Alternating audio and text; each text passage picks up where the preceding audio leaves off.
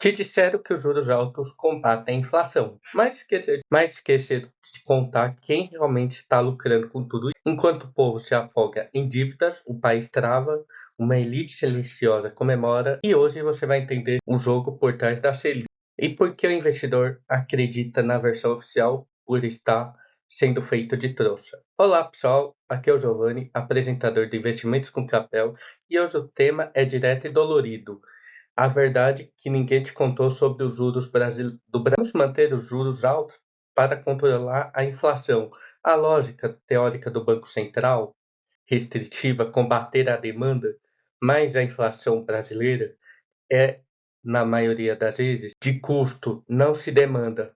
Um exemplo, choque de combustíveis, alimentos e câmbio. O problema que o brasileiro está consumindo demais é que tudo está ficando caro demais por trás que esses juros altos não resolvem. Cada porcento da Selic significa bilhões, mas em pagamento de juros, dívida política, que são maiores beneficiários, fundos, bancos investidores institucionais estrangeiros. Em 2024, o Brasil gastou mais de 800 bilhões só com juros. Você paga imposto, o governo pega esse dinheiro e transfere para quem lucra com a Selic, e não combater a inflação e transferência de renda disfarçada.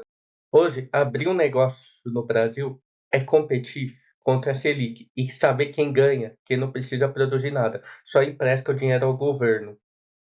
Só empresta o dinheiro ao governo. A classe política se ajoelha ao mercado. O Brasil virou paraíso do rentismo. Você empresta para o governo ganha mais do que qualquer empresário tentando gerar emprego. Os juros altos são uma escolha, e essa escolha tem um lado de quem está rico, o resto paga a conta. E o investidor comum, Tesouro Selic, LCA, parecem seguros, mas a inflação real pode corroer. O país parado gera mais risco no longo prazo, e o risco fiscal aumenta. O investidor precisa entender que a renda fixa é importante, mas não resolve tudo. Juros altos demais são veneno para o país e, no longo prazo, para os próprios investimentos.